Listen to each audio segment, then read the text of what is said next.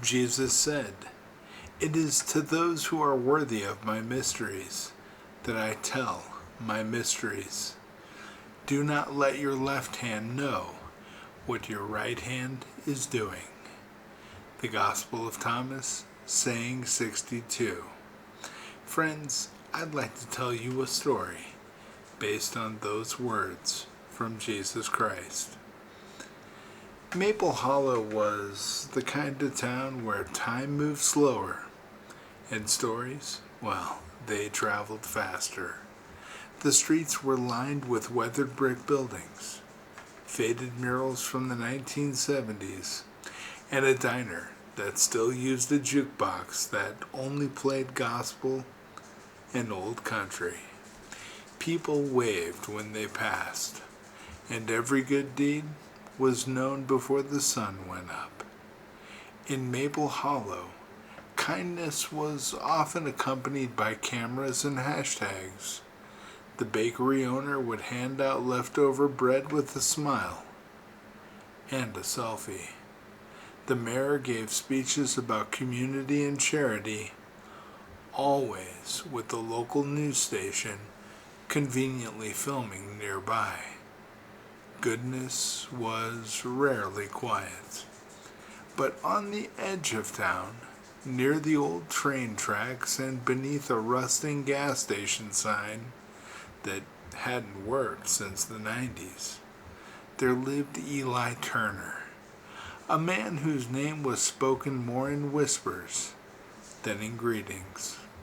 He was a mechanic by trade, a widower by circumstance, and a quiet soul by choice. His hands bore the calluses of decades of labor, and his face was the map of 1,000 unspoken stories. Most people drove past Eli's shop without even noticing it, except when their engines coughed and their tires gave out. He never charged more than what people could afford. Sometimes nothing at all. When customers tried to thank him, he'd just grunt and say, "You just pay it forward."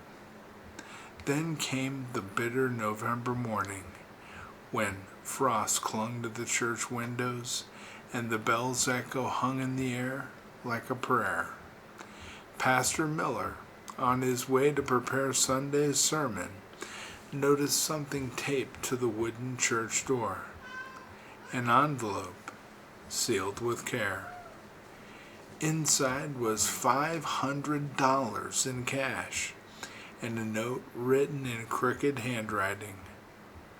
"For anyone who needs a warm coat this winter. No name, just love." The pastor was puzzled. No one claimed it, and no one bragged. A few days later, a struggling mother found herself at the thrift shop, ready to choose between groceries and a coat for her daughter. The clerk smiled and said, "Already paid for." Then came another envelope, then another, each one arriving when needs were greatest. The food pantry never ran out that winter. Children had gloves, families had heat. And all the while, Eli kept working in his small, oil-scented shop, sipping coffee from a chipped mug, fixing broken things, humming hymns beneath his breath. People wondered who the giver was. The mayor suspected one of his donors. The baker thought maybe someone from out of town. But nobody looked to the quiet man by the tracks. Until one morning in February, when the snow fell thick and silent, Eli's garage remained dark. The open sign stayed flipped to closed. The mailman found him slumped peacefully in his chair, Bible open on his lap, and an old oil lamp burning low beside him. At his funeral, the church overflowed. They came not out of obligation, but out of curiosity, drawn by something they couldn't name.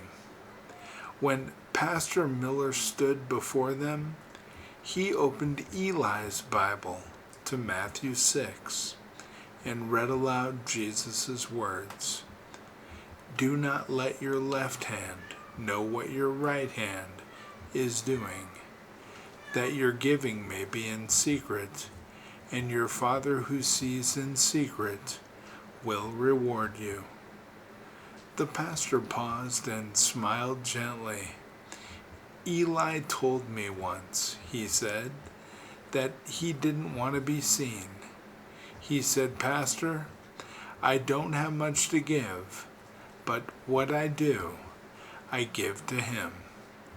The left hand doesn't need to know what the right one's doing. And a hush filled the room. It was the kind of silence that felt sacred, where truth settled deeper than applause ever could. And in that moment, the people of Maple Hollow realized something profound. The mysteries of Jesus weren't just words on a page. They were living through the quiet hearts like Eli's, hearts that gave without noise, love without notice, and found joy not in being known, but in knowing him. Friends, Jesus' teaching reminds us that true faith doesn't seek the spotlight. It seeks sincerity. The most powerful acts of love are often hidden, known only to God. When we give quietly, we join in his mystery. For in the unseen moments of compassion, heaven sees everything. Truth. God bless you, my friends.